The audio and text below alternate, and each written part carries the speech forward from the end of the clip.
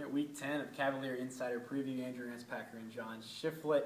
This week it's a Virginia team with a little bit of momentum finally after a win over NC State last week. And not just a win, an absolute rout of the 11-point favored Wolfpack, 33-6 down in Raleigh.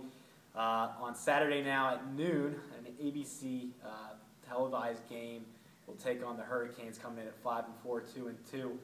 Or excuse me, 5-4, 4-2 in the league. UVA at 3-6 now, and 1-4 in the ACC play. And John, we sat here for the last 6 weeks and talked about, can UVA win? And then it turned into, does the streak stop? Does this stop? This is the week of fun. And last week we were just kind of talking about, can there be improvement? We weren't even thinking about a victory. Right. Well, what happened on Saturday was truly incredible in terms of what this team was before the bye week and what they showcased out there at Carter Finley Stadium. Yeah, it seems like that bye week a completely different team came out. You went from a team that had made a ton of mistakes and lost 6 games in a row to someone who dominated a pretty good NC State team on the road.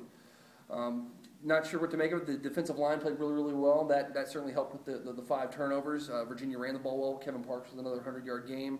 Didn't turn the ball over, no interceptions for either of the quarterbacks. So they corrected the mistakes, and they show what they're capable of doing when they're firing on all cylinders. Yeah, you got to give some credit, I guess, to the coaching staff definitely for that bye. That's 2 years in a row now where UVA has come off a bye week and has played really well. Last year, knocking off a ranked Georgia Tech team, which was undefeated, that came into Scott Stadium, won that one. This one, in terms of adjustments, first you got to talk about offensively. They've gone to the 2-quarterback system. There's always the old cliche: if you don't have 2 quarterbacks, you don't have one. Well, UVA didn't think it had any quarterbacks whatsoever. I think going in, they tried Sims, they tried Rocco. Nothing was working, so they finally thought, let's try Sims and Rocco. And you had not spectacular, but you had a solid performance where you mentioned there were no turnovers from the quarterback. Right, it was certainly people weren't expecting it. It's not like they announced it. So when Sims, he led that touchdown drive, and here comes Rocco, and everyone's wondering, is Sims hurt? What's going on here? No. Just part of the new rotation. I'm sure some Virginia fans were grimacing, thinking about last year with Watford and Rocco and kind of how that didn't really work out. But for at least one game it worked out. We'll see. They say they're going to do it again this weekend against Miami. Maybe it works. Maybe it implodes. We'll see what happens.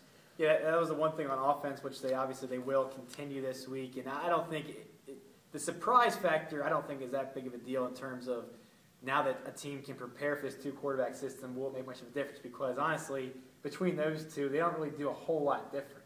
Yeah, Sims is a little bit stronger arm, but yeah, it's not that big of a difference. It's not like one's super mobile and one's not. It's fairly the same guy for the most part. So it's not some dramatic change where it would be like Michael Vick and Mike Glennon or something like that, where you have one guy who's a pocket passer and a guy who runs. They're pretty much the same quarterback, just Sims has a little bit stronger arm. And obviously Miami would have had tape on both those guys anyway, but with Rocco starting the first 5 and then Sims now getting the last 4. And then defensively, that defensive line you mentioned, which had just showed improved play really for the last 3 games, really comes out. I mean, just for a defense that really struggled at making plays this season in terms of sacks and creating turnovers. You had 6 sacks against the Wolfpack. You had 5 turnovers. This defense is playing with a lot of confidence right now. I think Jim Reed deserves a lot of credit. He really does, and I think the encouraging thing for the defensive line is they got it from everywhere. Mike Moore got a sack. Jake Snyder was playing really well. Urban was playing really well. Eli Harrell was playing really well. Got an interception. That pressure, I think, is the catalyst for those turnovers. If the quarterback's running for his life and having to throw under duress, it creates turnovers.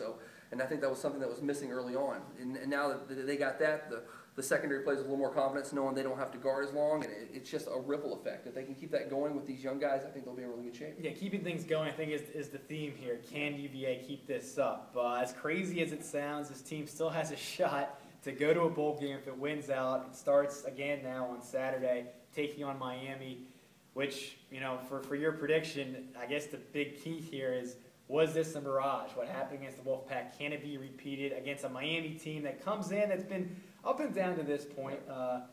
They knocked off Virginia Tech last Thursday. They have a really good quarterback there in Stephen Morris. They have a really explosive freshman in Duke Johnson who can really play anywhere, including on special teams. Does this repeat itself? Can UVA use the good vibes from Raleigh, bring it to Charlottesville, and get a win? I think they can. I think Miami's kind of similar to NC State in the fact that a suspect defense or last in the ACC in defense. They have a pretty good quarterback. They rely on winning shootouts to kind of win games. The games here in Charlottesville, I think momentum is a big thing in football. Virginia's got a ton of it right now. I think they'll win the game on Saturday, 31-24. I think they'll get it done.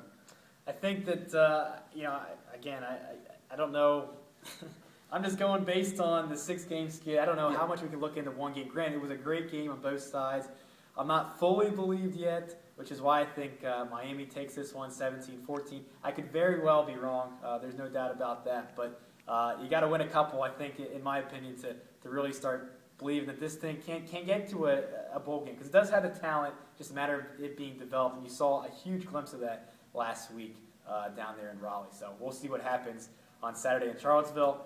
That will do it for our Week 10 Cavalier Insider preview. For John Shifflett, I'm Andrew Ramspacher.